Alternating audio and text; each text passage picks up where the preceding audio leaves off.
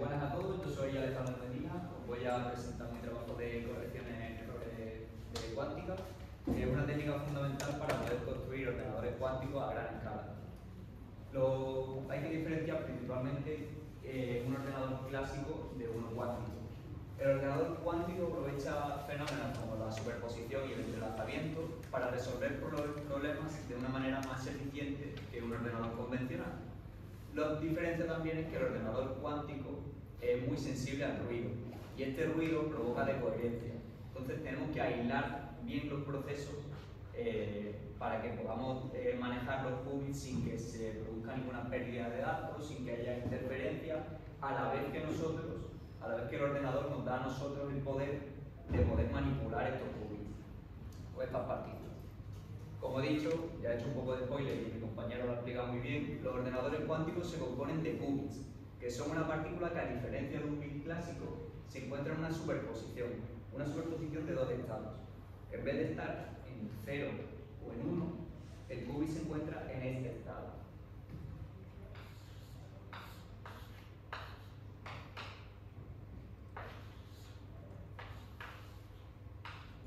Siendo alfa y beta las probabilidades de que el qubit colapse en el estado 0 o en el estado 1, cuando ahora analicemos.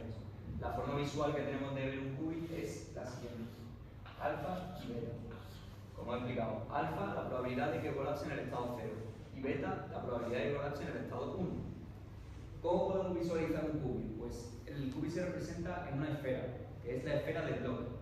La esfera del bloque es una esfera tridimensional, evidentemente, porque es una esfera.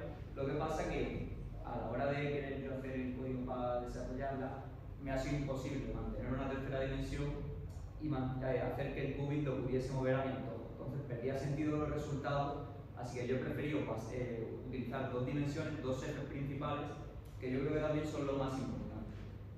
El primer eje, que en este caso es el eje X, sería el eje del desfase relativo. ¿Qué es el desfase en un qubit? El signo que lo marca.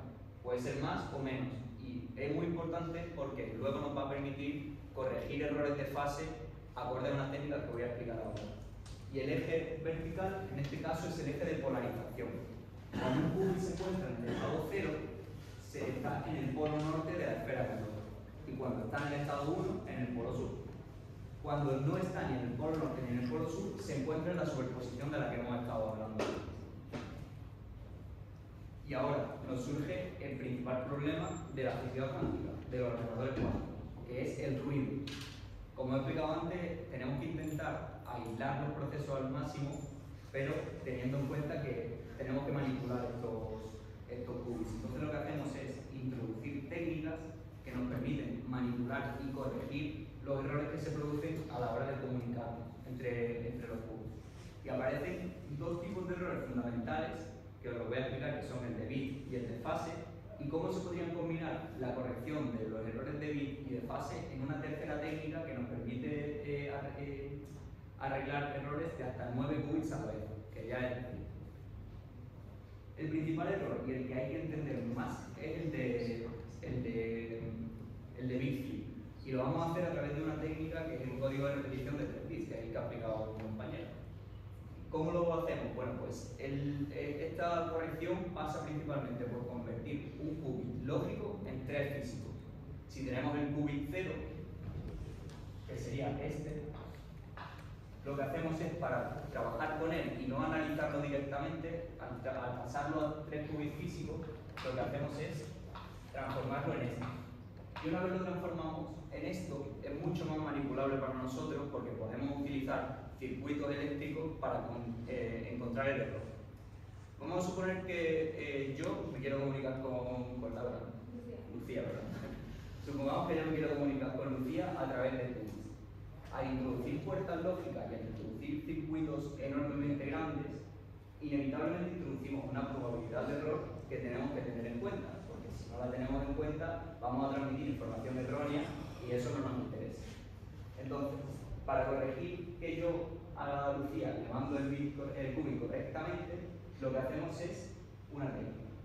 Imaginaros que quiero transmitir el qubit 0. Este código funciona para el qubit 1 y para el 111 y para el 000. Funciona independientemente. ¿Cómo detectamos cuando yo de 000 le voy a llegar a transmitir una palabra con un fallo en el tercer qubit, en el segundo o en el primero? Da exactamente igual. Pues lo que hacemos es sacar el síndrome de la palabra a través de descomponerla. Es decir, cogemos el primer bit y el segundo bit y obtenemos la paridad. ¿Cuál es la paridad del 0, 0? 0. ¿Cuál es la paridad del 0, 1? 1. Este es el síndrome de la palabra.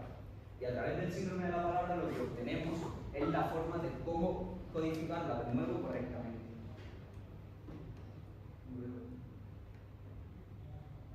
Aquí tenemos las tablas de codificación adaptadas a cada síndrome. Cuando el síndrome es 0, 1, tenemos que el error se ha producido en el tercer bit.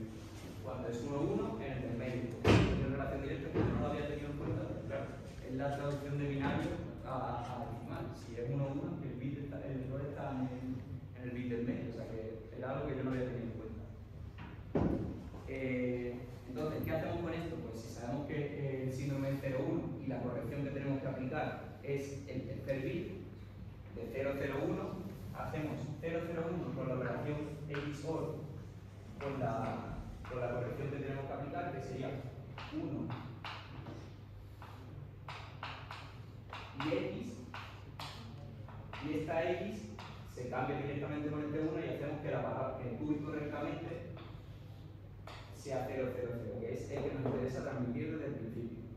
Lo puedo demostrar si queréis, un poco ilógico que haya utilizado los GSIM para simular la física cuántica, pero en vez de qubits, pues, en vez de bits, vamos a llamarlo qubits, ¿vale? Pero pasa exactamente lo mismo. Metemos un fallo en el primer bit y a través de detectar la paridad con estas puertas de aquí y con puertas A también detectamos cuál es el bit que se tiene que corregir y al final aquí obtenemos la palabra correcta.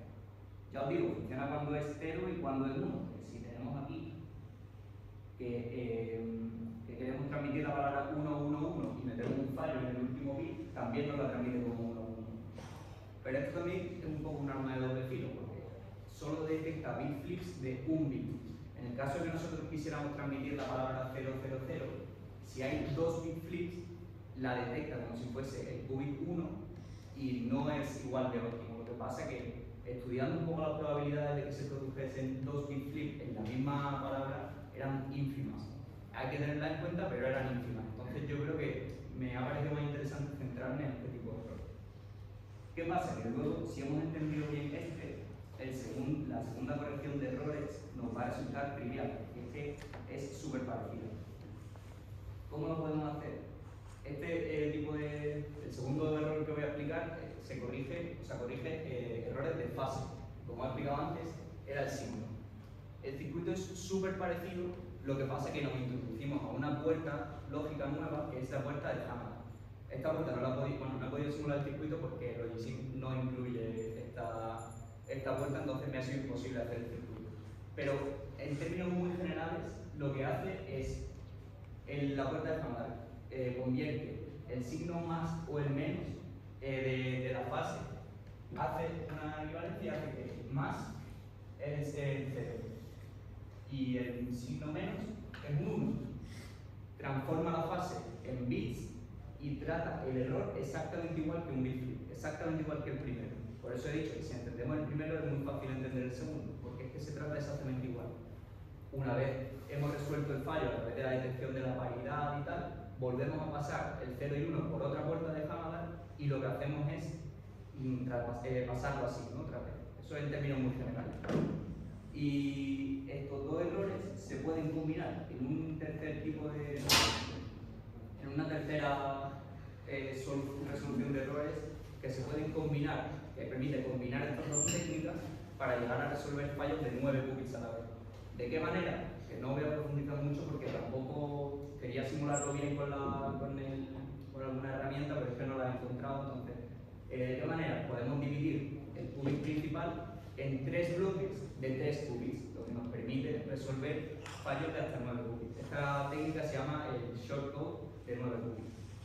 Y ya está, yo como he comentado antes, me ha parecido interesante sobre todo centrarme en esta porque son errores comunes, aunque la probabilidad que introducimos de que haya fallos en los bits sea muy poca, pero está ahí.